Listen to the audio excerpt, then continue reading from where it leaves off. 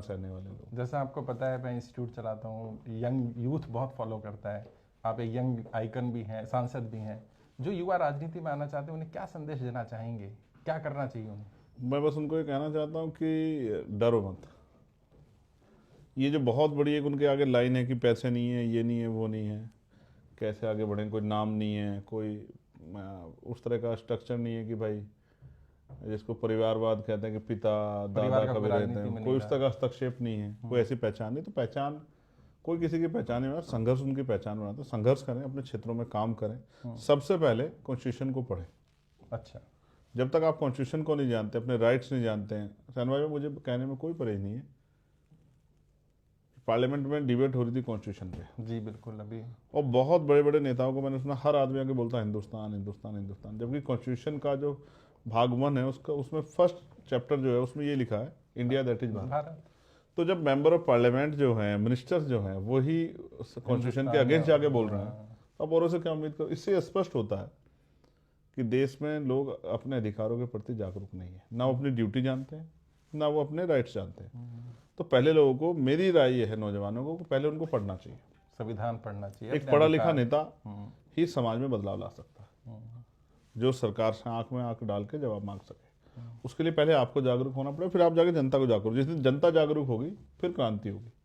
अभी मैंने ना बोला था कि चंद्रशेखर जी आएंगे किसी ना किसी दिन, तो ऑडियंस कहते हैं एक सवाल जरूर पूछना, उन्हें डर नहीं लगता क्या?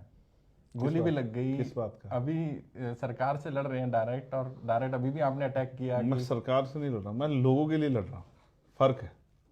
मेरी सरकार, अच्छा कल ये सरकार बदल जाए फिर मैं क्या करूंगा?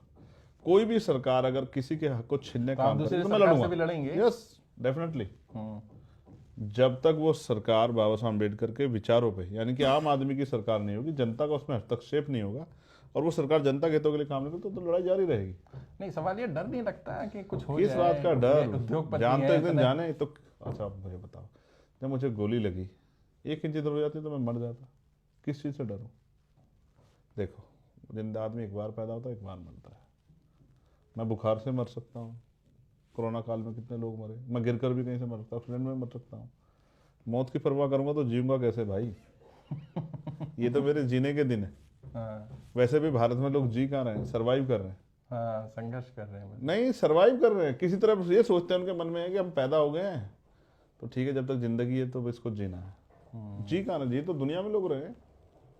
हमारे यहाँ तो नेता पैसे इकट्ठा आप तो करने में लगे बिल्कुल हैं। फिलॉसफी वाली बात कर रहे हैं। मैं तो देख के आया ना, दुनिया देखी मैंने भाई ना। मैं हिस्ट्री का छात्र भी हूँ, एडवोकेट भी हूँ, और गरीबी बेबसी की जिंदगी को जी के आया हूँ, तो मैं समझता हूँ लोगों को। अच्छा, जिनके साथ अन्याय अत्याचार हो रहा है उन्हें क्या कहेंगे, क्या करना चाहिए उनको? क्या उन्हें भी सड़क पे उतर जाना चाहिए, उन्हें लड़ना चाहिए, या सहते रहना चाहिए? मेरी नहीं माननी चाहिए उनको।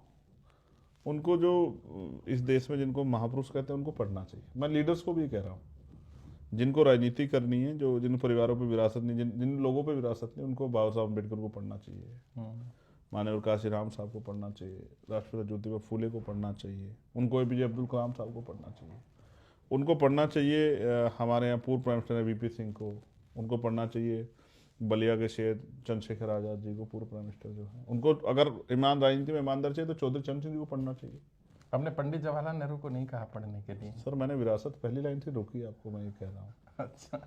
आप समझो ना, उनको मैं कह रहा हूँ उनको भी पढ़ लो। मैं ना नहीं कर रहा किसी को, लेकिन जिनको मैंने जिनको पढ़ा और जिनको पढ़ने के बाद मुझे लगता है कि जीवन में बदलाव होता है, मैं गांधी जी के लिए भी कह रहा हूँ, उनको भी पढ़ना चाहिए। अगर बहुत थोड़ा सा हिस्सा हटा दिया जाए तो काफी चीजें। तो ऐसा नहीं कि उन्होंने सुधार के लिए बहुत काम किया, और मुझे कोई अधिकार नहीं किसी पर आलोचना करना, नेहरू जी पे ना गांधी जी पे। लेकिन सवाल ये है कि मैं अम्बेडकराइट हूँ, और मैंने जो अम्बेडकर मूवमेंट से जुड़े लोग हैं उनको पढ़ा है। ये जो धर्म की राजनीति हो रही है, आप देख रहे हैं, अभी आपने बोला, अभी हम लोग डिस्कशन कर रहे थे, क्या होगा देश का? इस तरह से तो देश बढ़ता चला जाएगा। बांटने की साजिश चल रही है।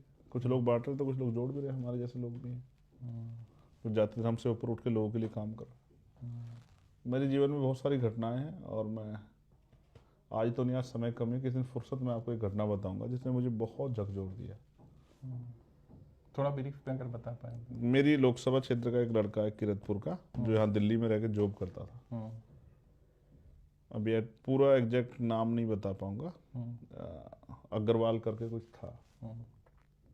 उसकी यहाँ वो बीमार हुआ, बीमार होने के बाद किसी ने इन्फॉर्मेशन की तो पुलिस उसको हॉस्पिटल ले गई, हॉस्पिटल में उसकी जान चली गई। उसके परिवार के लोग 2 दिन रहे यहाँ, मुझे देर से सूचना मिली। वो पोस्टमार्टम नहीं चाहते थे क्योंकि वो बीमार होने से डेथ हाँ, हुई। उन्हें नेचुरल डेथ है।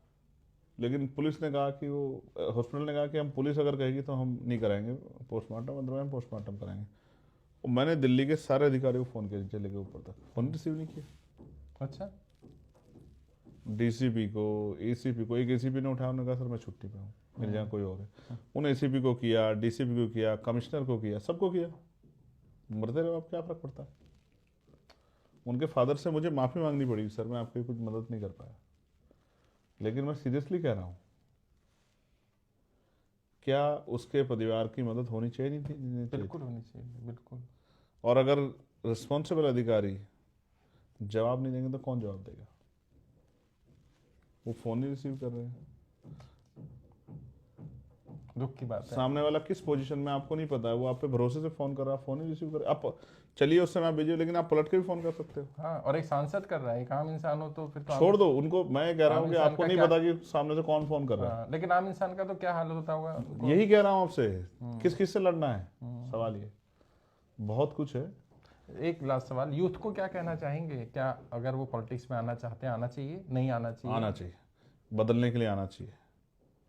इनको ये बार बार लगातार ये कहा कि यूथ जो है वो अभी वो नो सिखिया है, उसको नहीं आना चाहिए। ये कह के वो उनको 60 साल तक ले जाना चाहते हैं कि वो जब समझौते की राजनीति करना सीख जाए, जिससे अच्छा, वो वो बदलाव यूथ ही ना ना रहे, वो करे। यूथ ही ना रहे। जिससे वो बदलाव ना कर पाए, क्योंकि जिनके बाल काले होते हैं वही बदलाव के बारे में सोच सकते हैं। 60 साल के बाद तो आदमी सोचता है किस तरह मेरी लाइफ जो बचाव जीवन में कट जाए। मैं एक और आपके उस पर भी कहना चाहता हूँ।